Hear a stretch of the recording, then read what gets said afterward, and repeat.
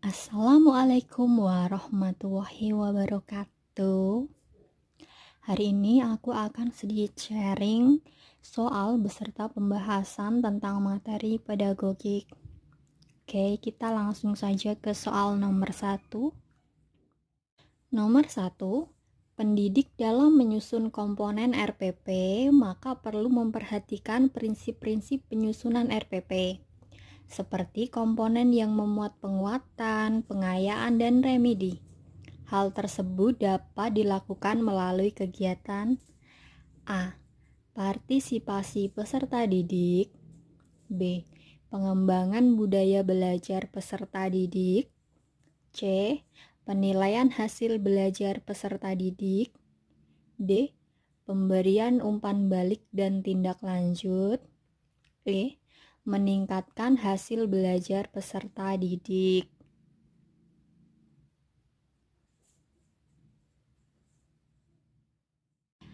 Jawaban yang paling tepat adalah D. Pemberian umpan balik dan tindak lanjut. Ini sesuai atau termuat dalam Peraturan Menteri Pendidikan Nasional atau Permendiknas nomor 41 tahun 2007 tentang standar proses untuk pendidikan dasar dan menengah. Nah, di dalam Permendiknas tersebut terdapat prinsip-prinsip penyusunan RPP yang meliputi memperhatikan perbedaan individu peserta didik, mendorong partisipasi aktif peserta didik, mengembangkan budaya membaca dan menulis, kemudian memberikan umpan balik dan tindak lanjut. Nah, ini tadi yang ada di soal. RPP itu memuat rancangan program pemberian umpan balik positif, penguatan, pengayaan, serta remedi. Kemudian prinsip selanjutnya ada keterkaitan dan keterpaduan, serta menerapkan teknologi dan informasi. Nomor 2, dalam menyusun RPP, pendidik menyiapkan bahan ajar berupa buku, media cetak, elektronik, dan yang berasal dari alam sekitar. Hal ini merupakan bagian dari komponen RPP berupa A. Media pembelajaran. B. Sumber belajar. C. Materi belajar. D. Komponen pembelajaran. E. Kelengkapan pembelajaran.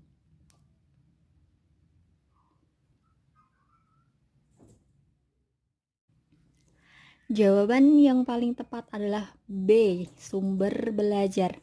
Di dalam Permendikbud nomor 22 tahun 2016 tentang standar proses pendidikan dasar dan menengah, sumber belajar dapat berupa buku, media cetak, dan elektronik, alam sekitar atau sumber belajar lain yang relevan. Nomor 3.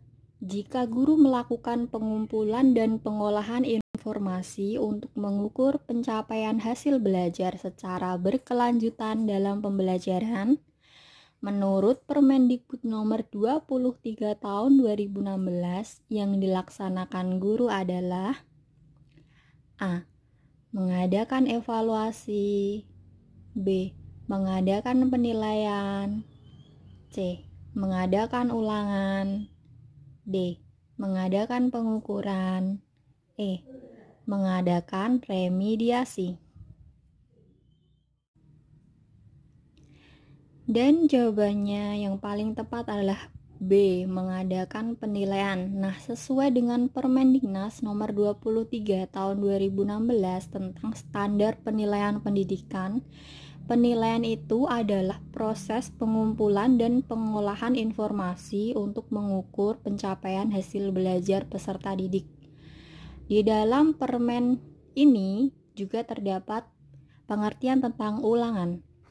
Nah, di dalam permen ini ulangan adalah proses yang dilakukan untuk pengukuran pencapaian kompetensi peserta didik secara berkelanjutan dalam proses pembelajaran untuk memantau kemajuan dan perbaikan hasil peserta didik.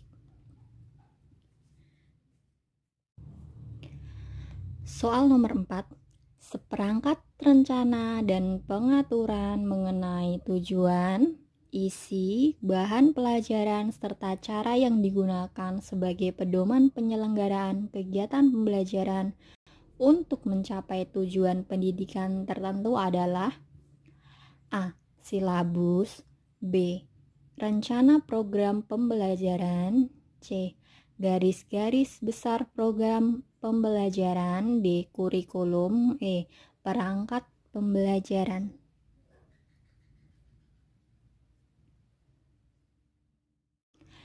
Dan jawaban yang paling tepat adalah D. Kurikulum. Nah, pengertian kurikulum menurut Undang-Undang Nomor 20 Tahun 2003 tentang Sistem Pendidikan Nasional menyebutkan bahwa kurikulum adalah seperangkat rencana dan pengaturan mengenai tujuan, isi, dan bahan pelajaran serta cara yang digunakan sebagai pedoman penyelenggaraan kegiatan pembelajaran untuk mencapai tujuan pendidikan tertentu. Soal nomor 5. Pendekatan yang memandang bahwa siswa membangun pengetahuan melalui proses interaksi sosial yang diimplementasikan dalam pembelajaran menjadi pembelajaran yang aktif dan menyenangkan adalah A. Cooperative learning, B. Learning observation, C. Constructivism, D. Inquiry learning, D. Problem based learning.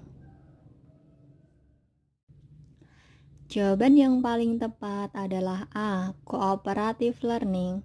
Dalam pendekatan cooperative learning, kooperatif itu artinya adalah kerjasama. Di dalamnya itu siswa membangun pengetahuan melalui proses interaksi sosial.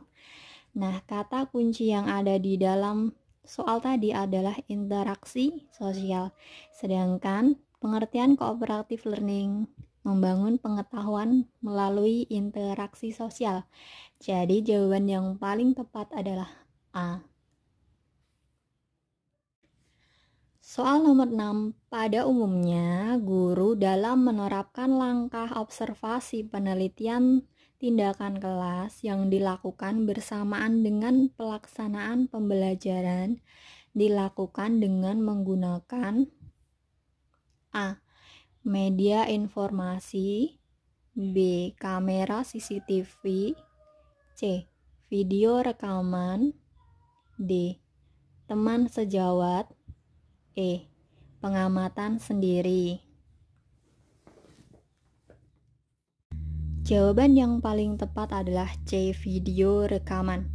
Nah, observasi penelitian tindakan kelas biasanya dilakukan secara kolaboratif dengan meminta bantuan teman sejawat atau dengan menggunakan video rekaman sesuai dengan karakteristik PTK, yaitu tidak boleh menggunakan banyak waktu untuk pengumpulan data atau menyita banyak waktu.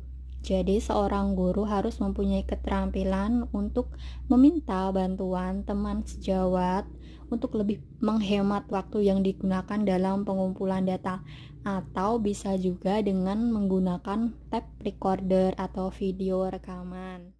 Nah, ini sudah kita bahas dalam yang sebelumnya ya, dalam video kita yang sebelumnya.